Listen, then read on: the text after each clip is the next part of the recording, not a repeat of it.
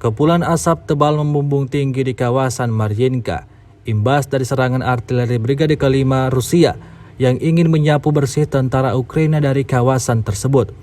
Rekamannya ramai beredar di media sosial Telegram pada Selasa 10 Januari 2023. Artileri Rusia melakukan kerja tempur dengan mendukung kelompok penyerang yang bergerak lebih dalam ke kota, sedangkan UAV membantu mengirimkan serangan tepat ke posisi target. Mereka mengidentifikasi target dari udara dan mengirimkan koordinat mereka, hingga akhirnya terjadi ledakan dahsyat yang merugikan pasukan Ukraina.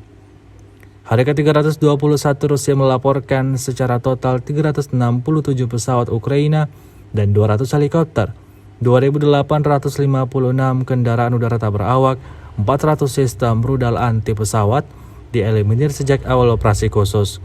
Sementara itu dari kubu Kiev, Kementerian Pertahanan Ukraina melaporkan 590 tentara Rusia dieliminir dalam 24 jam terakhir. Диверсионно-разведывательных групп вооруженных сил